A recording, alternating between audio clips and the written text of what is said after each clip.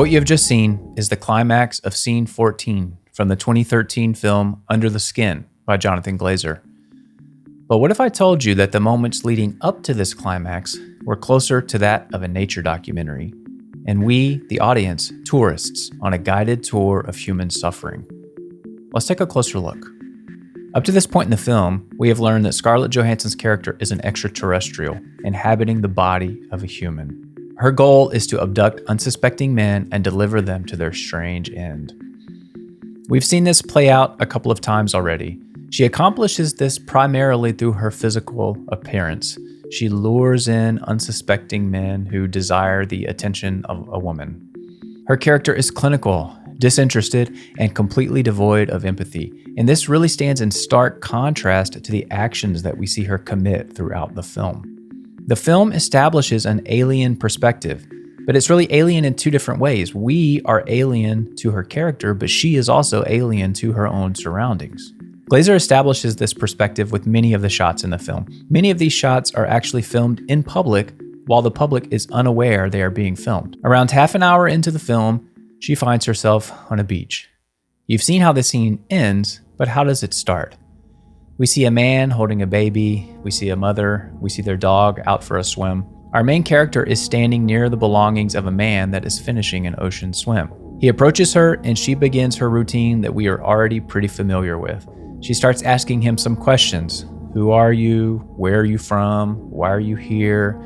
Do you have family, etc.?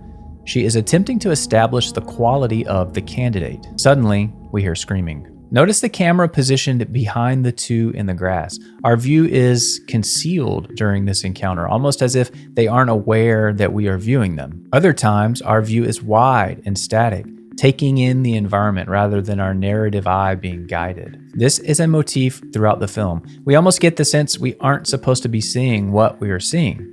We're getting a glimpse into a world unlike our own, more akin to a field camera footage than a feature film. This is also a common theme in guided encounters with nature in real life, be it a David Attenborough narrated film or a tour given to us by a park ranger at a national park.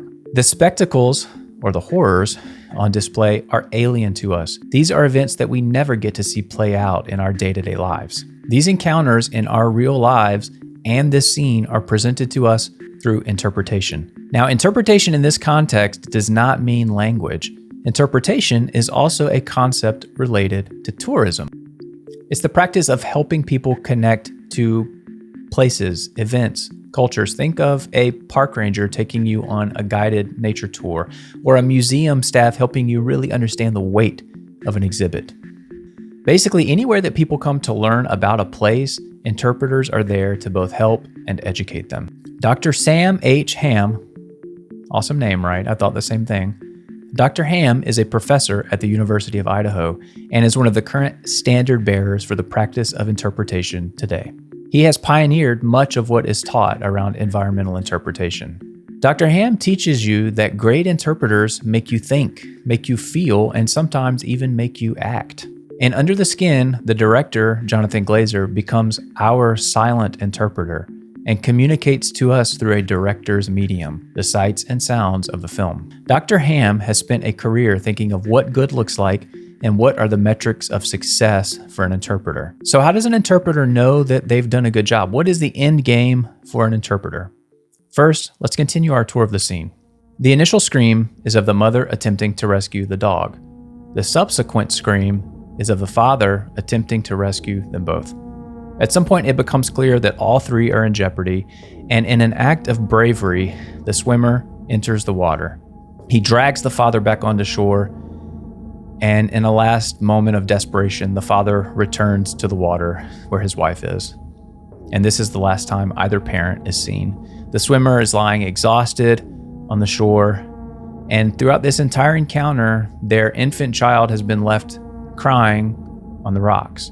And Scarlett Johansson's character has watched this all unfold blankly. She is the predator in this encounter. She is cold, she is calculating, and she has been waiting for her moment to strike. She approaches the weakened swimmer. Now, whether we've known it or not, we have been guided by an interpreter throughout the film and the scene up to this point. Dr. Ham teaches that there are three primary forms of excellence for an interpreter. The first is didactic, or the teacher. This is the delivery of facts and our ability to recall them. The film has shown us the behaviors of the aliens up to this point. We understand the game plan. We have seen it brought to its conclusion multiple times already, and we are recalling it vividly during this scene. Didactic, check. The second form of excellence is infotainment, or the entertainer. In tourism interpretation, this is often the most positive, pleasurable form of entertainment. But as we know, we are watching this movie after all. Entertainment can take many different shapes. Joy, anguish, fear. The goal of the entertainer is to hold our attention.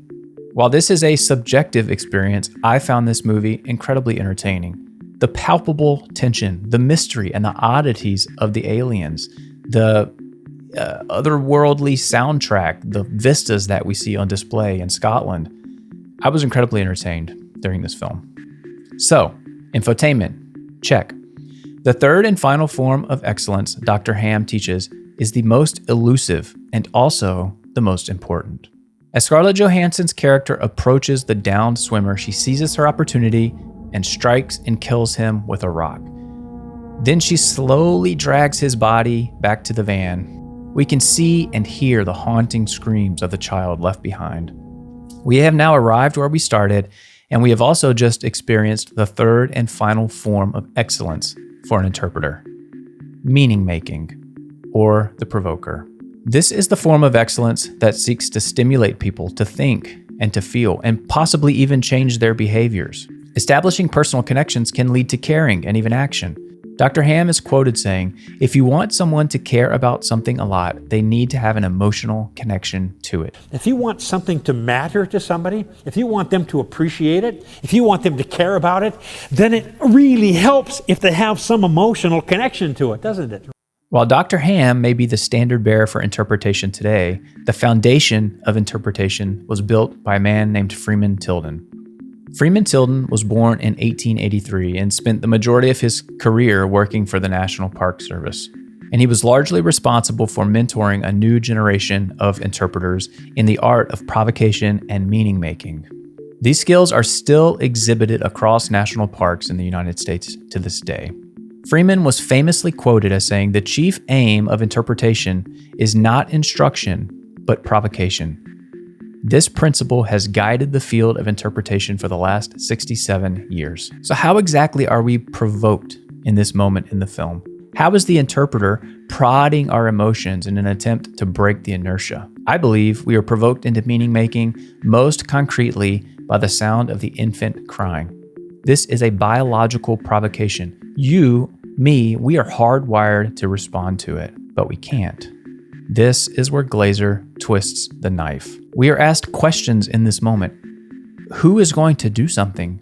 Who is going to intervene? The child cannot be left like this. Meaning making is accomplished here by turning provocation on its head. We are called to action while simultaneously placed into a position of total helplessness. We started this journey as observers, just watching these events play out. But we ended as something more. Jonathan Glazer didn't just direct the scene, he interpreted the scene. And like the best interpreters, he made sure we would never forget it.